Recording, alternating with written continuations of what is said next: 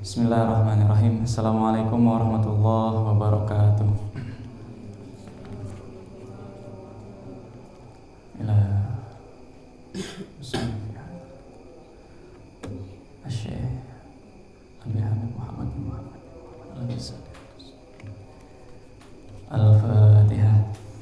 A'udzu billahi minasy syaithanir rajim. Bismillahirrahmanirrahim.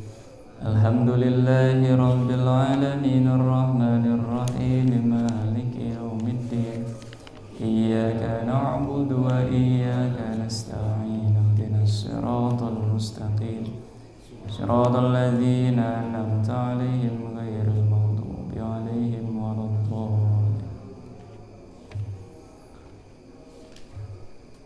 Bismillahirrahmanirrahim.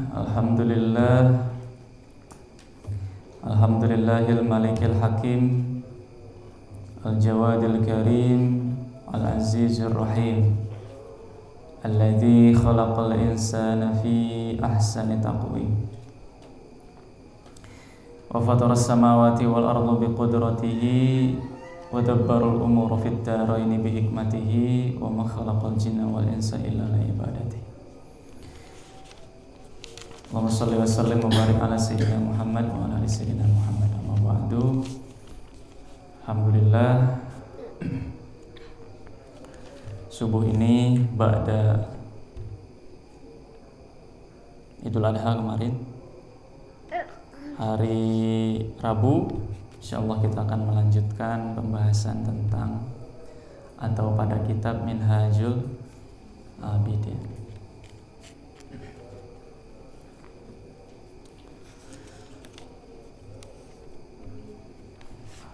Halaman 34.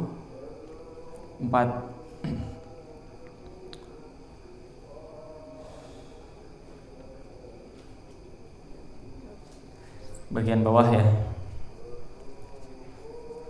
Al-aslul khamisu. Ada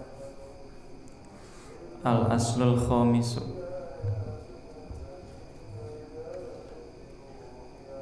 Baris bawah sebelah kanan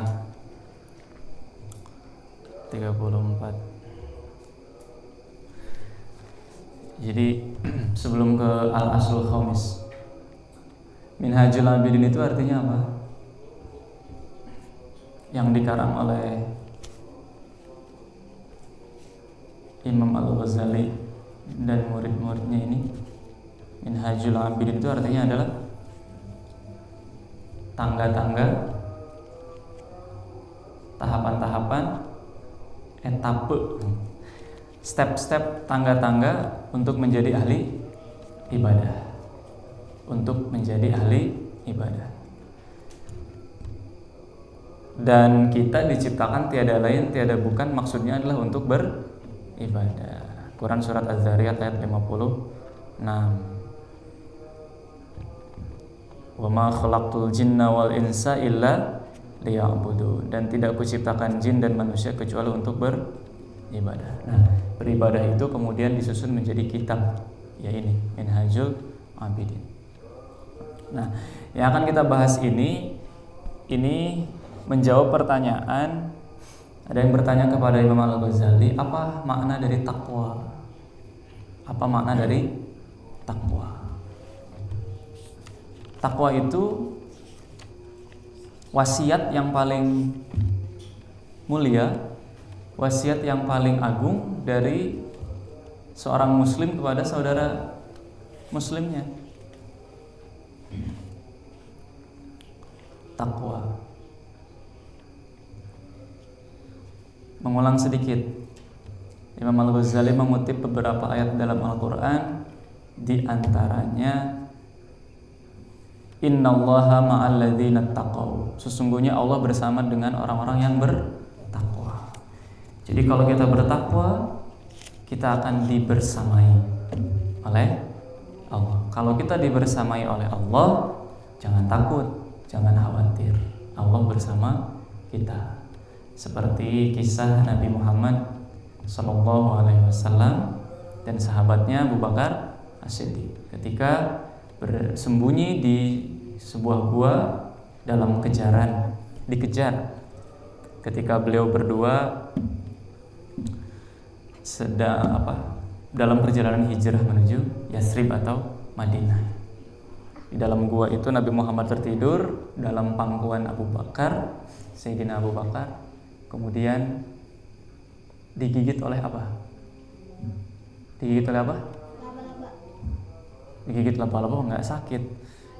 Kalajengking digigit. Abu Bakar digigit oleh kalajengking. Dan karena tidak mau membangunkan Nabi Muhammad, beliau radhiyallahu an, Abu Bakar radhiyallahu an itu menahan sakitnya ketika dicapit oleh kalajengking. Dan ketika Rasul terbangun melihat raut muka yang berubah, mungkin memerah begitu ya. Ditanya ada apa? Lalu Rasul faham. Mengapa tidak bangunkan saja, kata Rasul, kalau memang ada ya.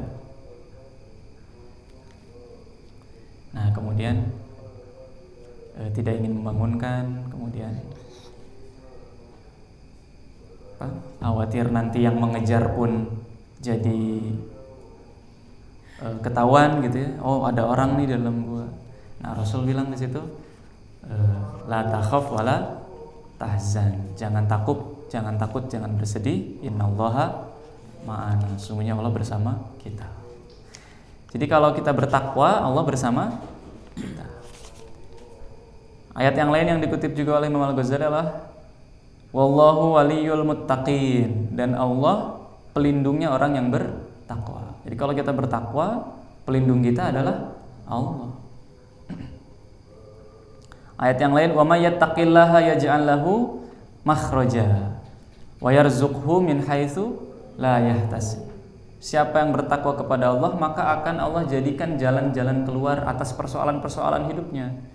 Masalah-masalah hidupnya akan dikasih jalan keluarnya, solusi-solusinya kepada orang yang bertakwa. Wa yarzuqhu min haitsu la yahtasib, dan akan memberinya rizki dari arah yang tak disangka-sangka, yang tidak sesuai dengan perhitungan. Akan diberi rizki kepada orang yang bertakwa. Makanya penting bertakwa. Inna akramakum indallahi atqakum. Sesungguhnya orang yang paling mulia di antara kalian di sisi Allah adalah yang paling bertakwa. Yang paling mulia itu bukan karena jabatannya, bukan karena pengetahuannya, bukan karena tampilannya, bajunya, warna kulitnya, bukan. Tapi yang paling mulia di hadapan Allah adalah yang paling bertakwa. Nah, kemudian dari pembahasan tentang takwa itu, Imam Al-Ghazali menyebutkan ada yang harus dijaga untuk kita bisa bertakwa.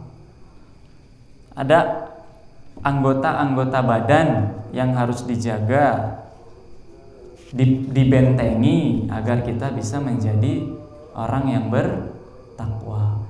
Yang pertama adalah yang harus dijaga itu mata, sudah dibahas, mata dan pandangannya. Yang kedua yang harus dijaga adalah apa? Ingat, telinga dan apa yang didengarnya. Yang ketiga yang harus dijaga adalah lisan dan apa yang diucapkannya. Nah, yang keempat ini yang harus dijaga agar kita tergolong ke dalam orang yang bertakwa, kemudian Allah nanti akan menjadi pelindung kita, ditolong oleh Allah, dilindungi oleh Allah, dibersamai oleh Allah. Yang harus kita jaga adalah qalbu, atau bahasa Indonesia ini sering diartikan hati. Bukan hati liver, organ liver, bukan, tapi hati yang punya fungsi untuk merasakan, merenung, bahkan berpikir. Qalbu. Nah, qalbu ini ada asal-asalnya. Asal-asal itu keadaan-keadaannya. Ya. Qalbu, ya kita yang keempat nih, yang harus dijaga. Qalbu atau hati ini ada asal, ada hal-hal yang harus diperhatikan. Ada yang harus diperhatikan. Nah, hari ini kita akan memperhatikan hal yang kelima dari qalbu atau hati. Yang pertama yang harus diperhatikan apa? Sebelum kelima, al-aslul awal Qauluhu ta'ala ya'lamu kha'inatal a'yuni wa ma tukhfis sudur. Yang harus diperhatikan ketika kita mau menjaga hati adalah al-aslul awal, ketika yang pertama dulu, bahwa Allah mengetahui apa yang ada dalam hatimu. Allah mengetahui apa yang ada dalam hatimu. Jadi ketika kita mau menjaga hati, pertama yang harus kita yakini adalah Allah tahu isi hati kita. Allah tahu apa? Lintasan hati. Baik itu yang jangankan yang diucapkan, yang terlintas dalam hati saja Allah tahu. Jadi kita punya gerentas hati apa, Allah tahu. Ini yang harus diperhatikan pertama. Wallahu ya'lamu ma fi qulubikum. Allah tahu apa yang ada dalam hatimu. Innallaha alimun bidzatis sudur. Sesungguhnya Allah tahu apa yang ada dalam dadamu, maksudnya hatimu. Tahu. Tidak ada yang tidak Allah ketahui. Bahkan itu hanya sekedar lintasan hati. Sekarang nih lagi ngaji, lagi lintasan hati apa? Oh itu ulum bawa bayi ngaji, misalkan ya, lintasan. Allah tahu nggak lintasan hati itu? Tahu. Apapun lah yang ada dalam hati kita Allah tahu. Ini harus kita perhatikan betul-betul. Al-aslul awal. Al-aslul tsani, hal kedua yang harus kita perhatikan ketika akan menjaga hati agar kita tergolong ke dalam orang-orang yang bertakwa adalah kita harus mengingat sabda Rasulullah SAW. Innallaha ta'ala la yanzuru ila suwarikum wa absyarikum, ya, wa apa terusannya? Wa innama yanzuru ila qulubikum. Artinya apa? Sesungguhnya Allah Ta'ala tidak melihat rupamu, tidak melihat pakaianmu, tidak melihat kulitmu. Wa innama yanzuru ila qulubikum. Sesungguhnya Allah melihat hatimu. Nah, jadi ketika kita akan menjaga hati untuk menjadi golongan orang yang bertakwa, kita harus ingat sabda Nabi SAW bahwa Allah tidak melihat rupamu, tidak melihat casingmu kalau handphonemu ya, tidak melihat cangkangmu, tapi Allah melihat hatimu, apa yang ada di dalam hati. Jadi kalau kita rajin bersih-bersih badan, bersih-bersih kulit, kuku dibersihin, rambut dibersihin, apalagi jerawat di wajah dibersihin gitu ya, dirawat, dirawat jerawat karena nggak terawat misalkan. Hati gimana? Hati kita gimana? Sering dibersihin nggak? Sering diperiksa nggak? Sering dicuci nggak? Kalau jarang ditengok, jarang dibersihkan, terbalik. Kenapa terbalik? Karena Allah nggak ngelihat luar kita, Allah nggak ngelihat badan, kulit, pakaian, warna pakaian, hijau, biru, nggak lihat. Tapi Allah lihat hati. Itu yang kedua yang harus diperhatikan. Yang ketiga apa? Al-aslus salis.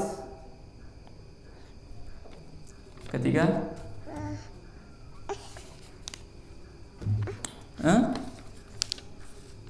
annal qalba malikun muta'un wa ra'isun muttaba'un fal a'da'u kulluha laha taba'un. Hati itu adalah raja yang diikuti pemimpin, raja yang ditaati, pemimpin yang diikuti oleh seluruh anggota-anggotanya. Sini duduk. Jadi ketika kita membahas hati itu, perhatikan hati ini bukan sembarang perkara. Ini dia raja, pimpinan dia itu. Sehingga Rasul bersabda di perkara yang ketiga ini, inna fil jasadi mudghah. Idza sholahat sholahal jasadu kullu wa idza fasadat fasadal jasadu kullu ala wahya al-qalbu. Nah, ini yang harus diperhatikan ya. Sesungguhnya di dalam jasad itu ada mudghah. Mudghah itu artinya apa? Mudghah itu apa? Teh, Kang? Daging?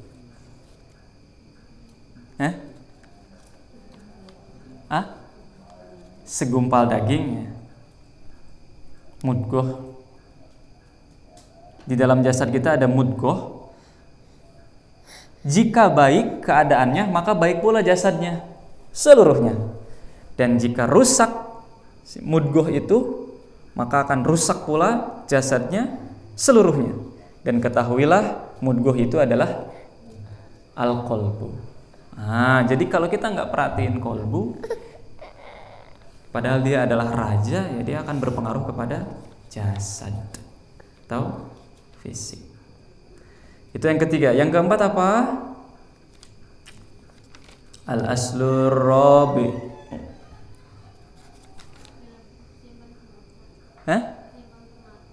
Sifat apa?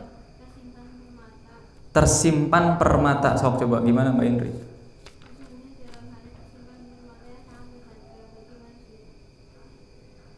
Ada permata bagi manusia.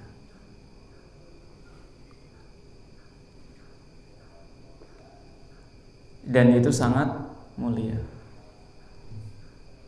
Apa permatanya?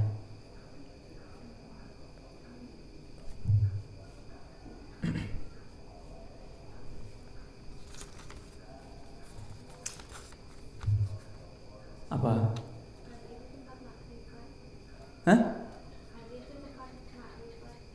Tempat ma'rifat. Tempat ma'rifat. Udah, penjelasannya gimana?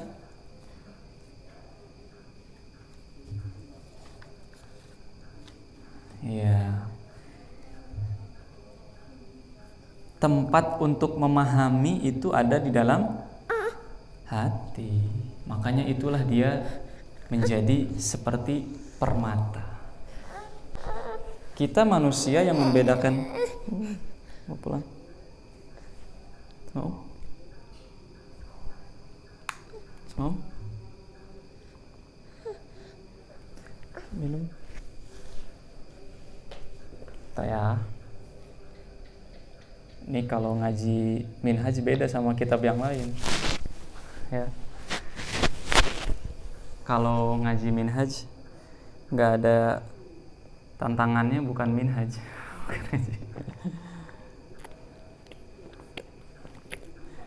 Karena kitab ini levelnya beda ya.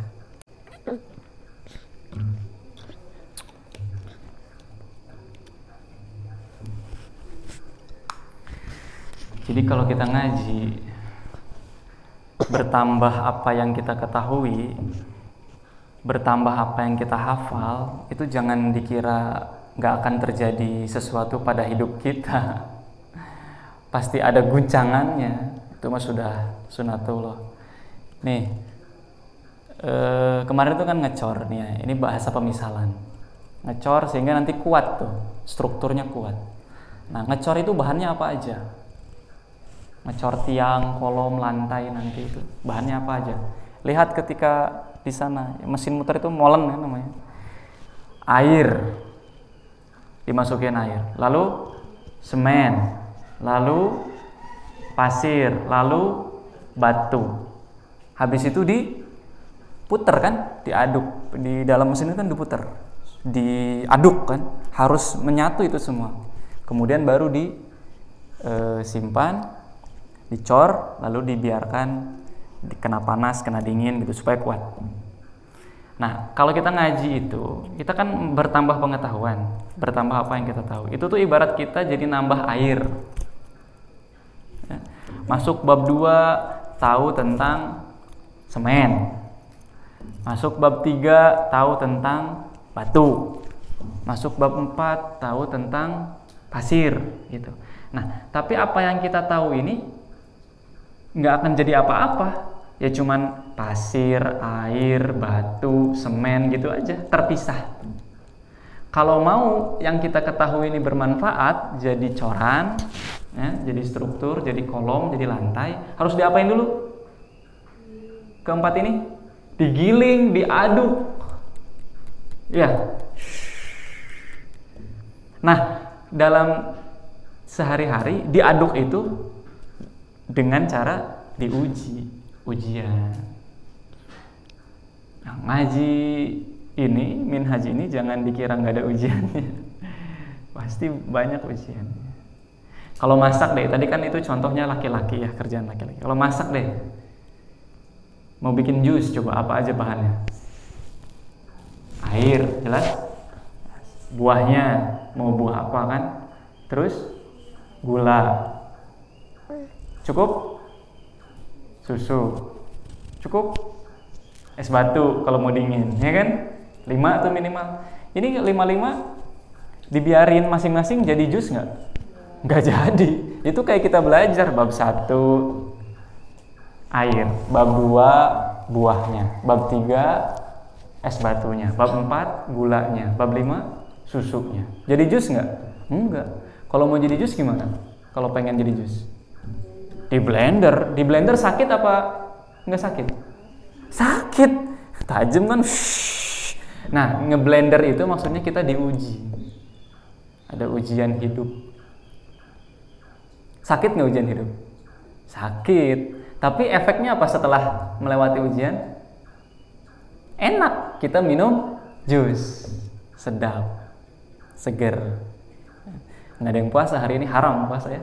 Jadi nggak apa-apa kita bahas jus ya. Mau jus apa sok? Nah gitu. Termasuk yang ini. Sekarang kita ngaji hati.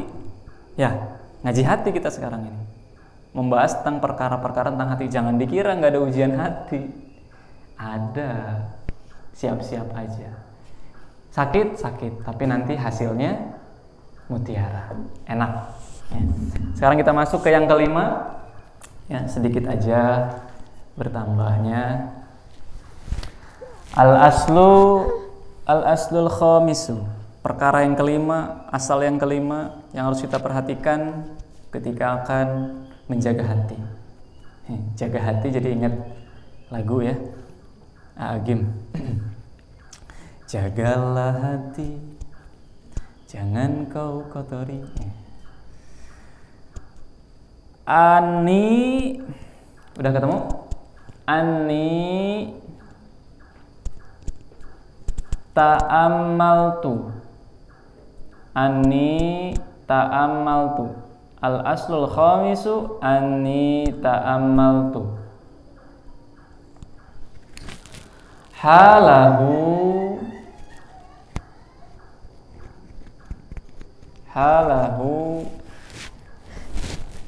fawajadtu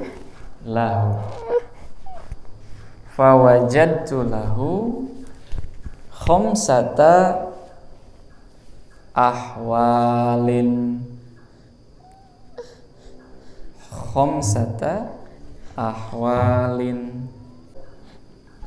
Ulangi, al-aslul khamisu anni apa? Sok bersuara, anni ta'amaltu halahu fawajadtu lahu khamsata ahwalin. Artinya perkara yang kelima, ani sesungguhnya saya, ta'amaltu merenungkan, aku merenungkan. Ta'amal merenungkan halahu, keadaannya si kolbu itu. Keadaannya si kolbu itu. Fawajadtu, kemudian aku menemukan.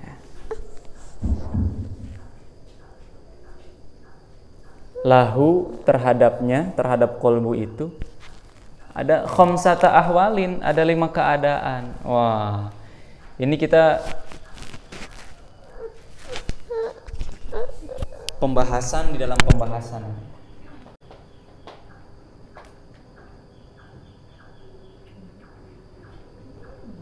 Ya. Kalau mau takwa, jaga mata, telinga, lisan, hati. Nah, hati ada 5 yang harus diperhatikan. 1, 2, 3, 4, 5. Di nomor 5 ada 5 lagi. Ini ibarat anak, cucu, cicit gitu ya. Paham nggak urutannya? Kita mau jadi takwa, jaga 5 perkara. 5 perkara ya kalau nggak salah. Ya 5. 1 apa? Mata, 2 telinga, 3 lisan, 4 hati. Yang hati ada 5 perkara lagi yang harus diperhatikan. Yang perkara kelima adalah ada 5 lagi. 5 apa? 5 sifat. Ini 5 sifat. Anni ta'ammaltu halahu fawajadtu lahu khamsata ahwal. 5 sifat atau 5 keadaan. Lanjut ya. Udah ketemu itu tadi bagiannya di mana?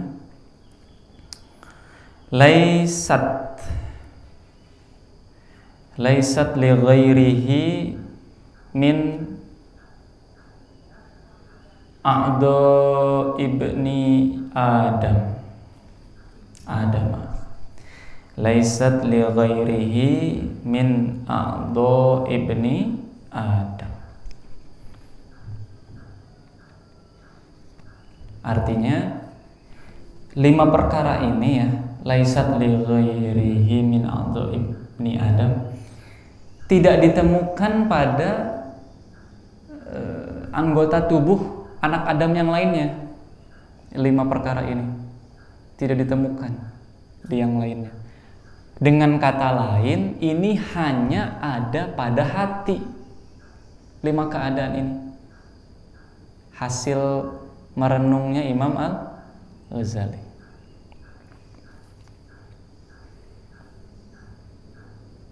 Ada 5 yang khusus spesial terdapat di hati, tidak ada pada anggota badan yang lainnya. Nah, hari ini hanya 1 saja. Insya Allah nanti selanjutnya yang kedua, yang ketiga, yang keempat, yang kelima.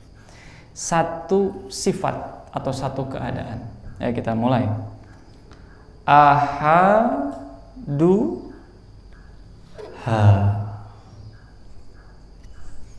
1 dari 5 itu ahaduha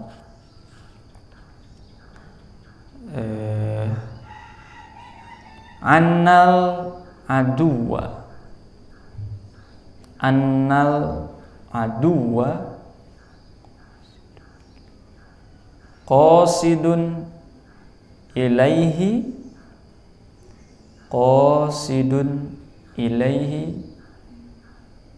muqbilun alaihi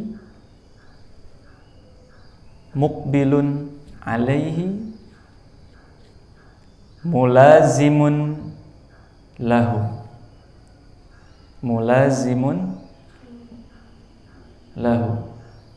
Ulangi ya. Ahaduha annal aduwa qasidun ilaihi muqbilun alaihi mulazimun lahu. Artinya 1 dari 5 itu annal aduwa, sesungguhnya musuh.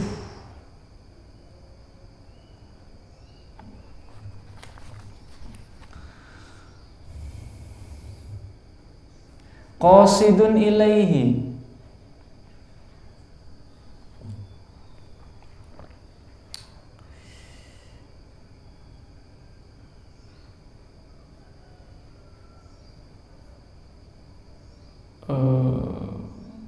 apa bahasanya? Qasidun ilaihi itu bersama satu maksud gitu. Qasidun ilaihi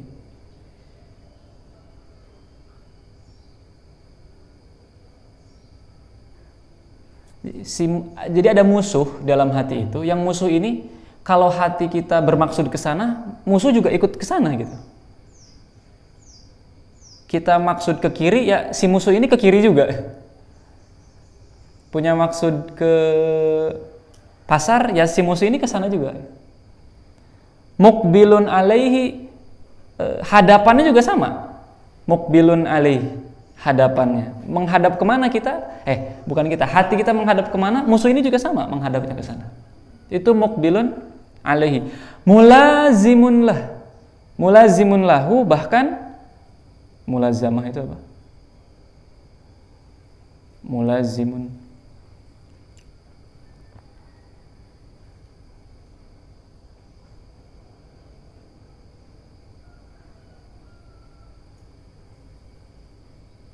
menetap juga sama. Nah, itu dia.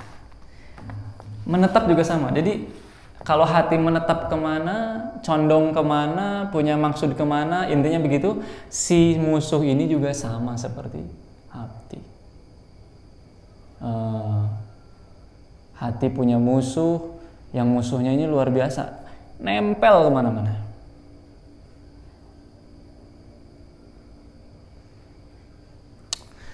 Sudah tahu apa musuhnya? Apa musuhnya? Syaiton. Nah, ini kita lanjut kalimat berikutnya. Fa inna syaitona jasimun. Fa inna syaitona jasimun ala qalbi ibni Adam.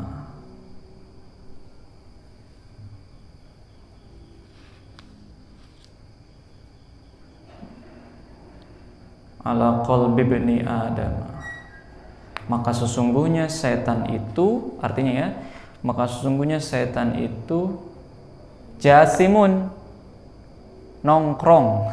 Ini artinya menduduki ala qalbi ibni Adam, atas kolbunya anak Adam. Jadi si musuh ini kenapa sih bisa hati condong ke sana, dia bisa ikut ke sana. Hati menetap ke sana, dia bisa ke sana. Kenapa? Ya karena setan ini nongkrong di situ, duduk di situ, di atas kolbu.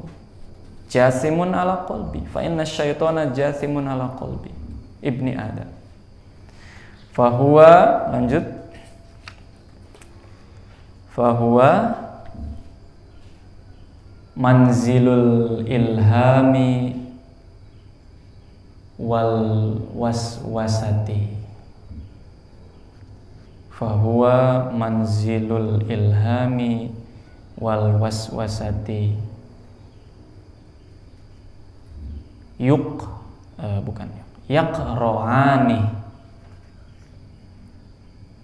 Yaqra'anihi bidda'wataini abadan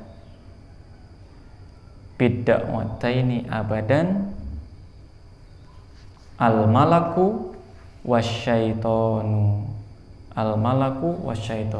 Sampai di situ bahasan kita. Sifat atau keadaan yang pertama. Ulangi ya. Fahuwa manzilul ilhami wal waswasati yaqra'anihi bidda'wataini abadan al-malaku wasyaitonu. Artinya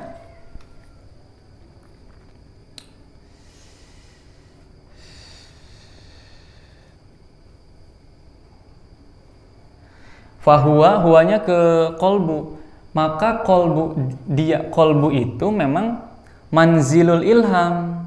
Memang manzil apa? Manazil apa? Tempat apa? Tempat turun, ya. Tempat turunnya ilham. Jadi memang hati itu, kolbu itu manzilul ilhami wal waswas, memang tempat turunnya ilham dan waswas. Yaqra'anihi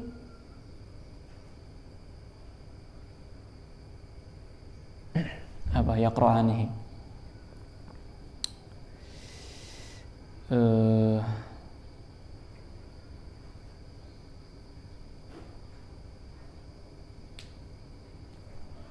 yaqra'anihi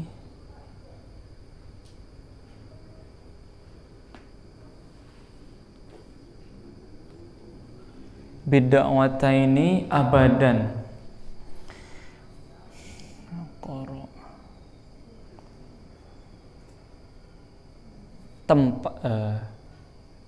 Hal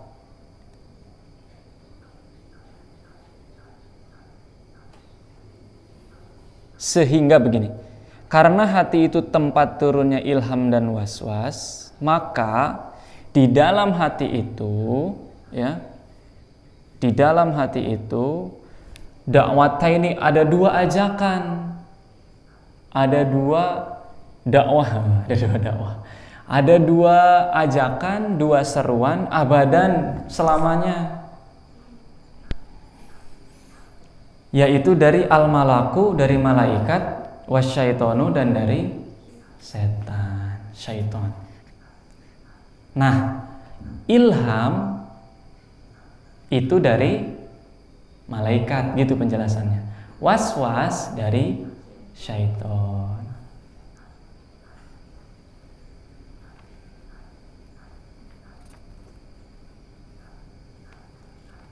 Sekali lagi, kolbu itu tempat turunnya apa? Ilham dan was-was di dalam kolbu. Nah, ilham diajak oleh malaikat, maksudnya ilham kepada kebaikan, ya, dan takwa. Sementara was-was itu ajakan dari syaiton, yang mana syaiton duduknya di situ, di kolbu itu. Ayah, kita ulangi lagi bersama-sama. Al-aslul khamisu. Yuk. Al-aslul khamisu anni ta'ammaltu halahu fawajadtu lahu khamsata akhwalin laisat li ghairihi min a'dha ibni adam. Ahaduha annal aduwa qasidun ilaihi muqbilun alaihi mulazimun lahu fa inna syaitana jasimun ala qalbi ibni adam fahuwa manzilul ilhami wal waswasati yaqra'anihi bidda'wataini abadan al-malaku wasyaiton. Jadi setelah abadan itu seolah-olah ada titik dua gitu. Abadan titik dua, al-malaku wasyaiton. Maksudnya dari malaikat dan dari setan. Ya. Segitu dulu ya. Cukupkan dulu kita mengenal hati. Bahwa hati, sifat-sifat atau keadaan-keadaan pada hati ini tidak ditemukan pada mata, tidak ditemukan pada telinga, lisan gitu. Tapi ini hanya ada dalam hati. Yaitu apa? Ternyata hati ini punya musuh. Yang mana musuhnya duduk di situ. Sehingga kalau hati menghadap kemana, menatap kemana, condong kemana, musuh ikutan juga. Yaitu syaitan. Kemudian masih di yang nomor 1, al-aslul awal juga, hati ini ternyata tempat turunnya ilham dan waswas. Nah, ilham itu dari malaikat, waswas, ilham dari malaikat dibawanya begitu ya, untuk condong kita hati ini kepada kebaikan dan takwa. Sementara yang waswas itu didakwahkan, malah didakwah. Mana kata-kata ini dakwata ini ya, dua dakwah. Yang ilham didakwahkan oleh malaikat gitu. Yang waswas didakwahkan oleh syaitan. Itu mengajak kepada keburukan, jalan fujur, kalau di surat Asy-Syams. Ya, dosa maksiat ke sana. Allahu a'lam bishawab. Mari kita tutup dengan doa untuk guru-guru kita, orang tua, ayah dan ibu, kakek, nenek, ke atas semua. Terkhusus untuk penyusun kitab ini, Syekh Al-Imam Al-Arif Billah Zainuddin Hujjatul Islam Abi Hamid Muhammad bin Muhammad Al-Ghazali At-Tusi. Lahumul Fatihah. A'udzu billahi minasy syaithanir rajim. Bismillahirrahmanirrahim. Alhamdulillahi rabbil alamin arrahmanir rahim مالك يوم الدين إياك نعبد وإياك نستعين اهدنا الصراط المستقيم صراط الذين أنعمت عليهم غير المغضوب عليهم ولا الضالين سبحانك اللهم وبحمدك أشهد أن لا إله إلا أنت أستغفرك وأتوب إليك. Assalamualaikum warahmatullahi wabarakatuh.